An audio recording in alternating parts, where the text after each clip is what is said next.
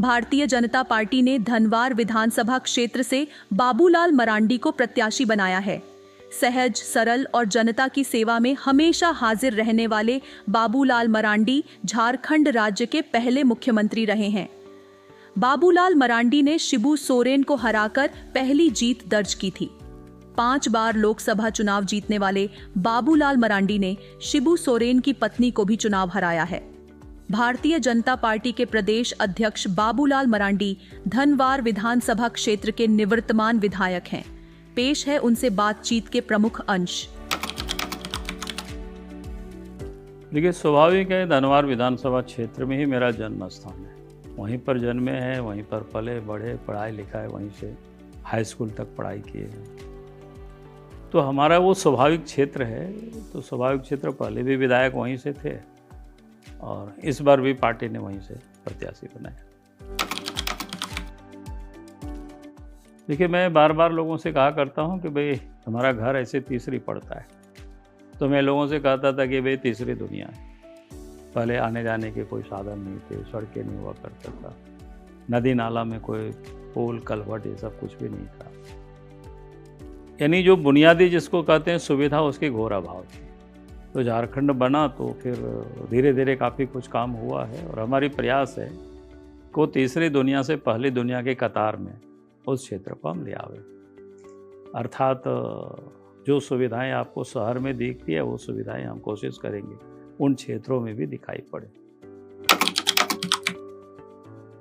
देखिए, ये बचपन से ही हमारे एक राष्ट्रीय स्वयंसेवक संघ के साथ जब हाई स्कूल में पढ़ाई करते थे उस समय संपर्क में आया और आने के बाद फिर संघ की शाखा में तो काफ़ी कुछ सीखे कि भाई देश के लिए कुछ करना चाहिए, समाज के लिए कुछ करना चाहिए।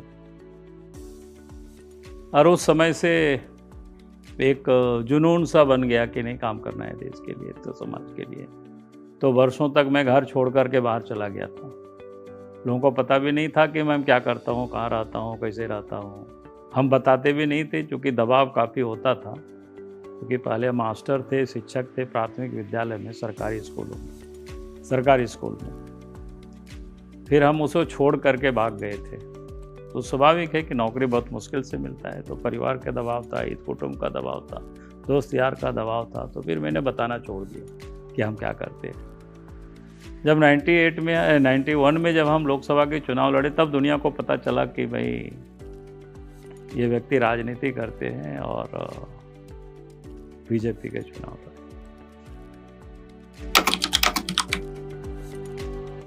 नहीं, व्यक्तिगत जीवन मेरा बिल्कुल सिंपल है भाई। गांव में पैदा लिए, पिताजी किसान थे, खेती हम लोगों का जीविकोपार्जन का साधन था। खेती से ही भरण पोषण सब कुछ होता था। पिताजी के काम में हम भी साथ हाथ बटाते थे। उस समय खेत में हल चलाना, जंगल से लकड़ी लाना, यानी जितने भी जो गांव में आज से 30-40 साल पहले जो काम होते थे, अब तो थोड़ा सा बदल गया, गैस सिलेंडर बाकी सारे कुछ पहुंच गया, तो काफ़ी कुछ बदलाव आया है। लेकिन उस समय जितनी भी खेती से जुड़ा हुआ काम होता था, कुदाल चलाना, हल चलाना, ये सब अपने हाथों से किए हैं। जैसे मिट्टी का घर भी हम लोग बनाते थे तो मैं खुद अपने हाथों से पिताजी के साथ। मैं कहूँगा कि भाई निर्भीक होकर के लोगों को मतदान करना चाहिए, सोच समझ के करना चाहिए। कोई जाति और क्षेत्र के मैंने जाति और मजहब के हिसाब से मतदान नहीं करना चाहिए। विकास को ध्यान में केंद्रित करके मतदान लोग करें। मैं यही सबों से निवेदन करूंगा, यही अपील करूंगा। नहीं तो फिर विकास पीछे छूट जाता है। जिन्हें जाति के नाम पर वोट मिलता है तो उनको विकास की कोई चिंता नहीं होती है। जिनको मजहब के नाम पर वोट मिलता है उनको भी विकास की कोई चिंता नहीं होती है, क्योंकि उनको होता है तो हमारी जाति के इतने सारे वोट है तो हमको मिलेगा ही, करे या ना करे। मजहब वाले भी वही सोचते हैं। तो इससे देश का और राज्य का बहुत ही हालत खराब हुआ है। अगर इससे हमें राज्य को ऊपर ले जाना है विकास के रास्ते में, तो हमें इन सारी चीज़ों को भूल करके सिर्फ और सिर्फ विकास के लिए मतदान करना। मैं लोगों से बार बार कहता हूं कि भाई आपने 5 साल हमें अवसर दिया है और 5 साल में जितनी आप सबने उम्मीद की थी उतना हम नहीं कर पाए, क्योंकि सरकार बीजेपी की नहीं, सरकार जेएमएम की थी। और हेमंत सोरेन की सरकार ने पूरे 5 साल तक झारखंड को लूटा, झारखंडियों को ठगा भी है। तो इसलिए हमने कहा कि इस बार ये नया अवसर आया है, मौका आया है कि इस बार आप धनवार में भी जिताइए और झारखंड में भी जीतेंगे, ताकि बीजेपी के नेतृत्व में एनडीए की सरकार बनेगी तो जो विकास का काम जिसकी लोग उम्मीदें बैठाए हुए थे वो सारे काम हो जाएंगे। देखिए, हमने कहा कि जो बुनियादी चीज़ें हैं विकास के लिए, गांव तक अच्छी सड़क का होना, नदी नाला में पुल पुलिया होना, फिर बिजली, पानी, शिक्षा, स्वास्थ्य, ये जो बुनियादी सुविधाएं हैं तो उन क्षेत्र में अच्छा हो।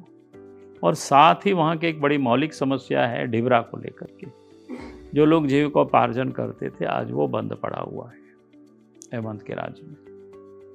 तो हमने जनता को आश्वस्त किया है कि बड़ी तादाद में रोजगार के अवसर उससे लोग काम करते हैं। तो हमने कहा कि जो भी कानूनी बाधाएं होंगी सरकार बनते ही उन बाधाओं को दूर किया जाएगा ताकि लोगों के हाथों में रोजगार आ जाए।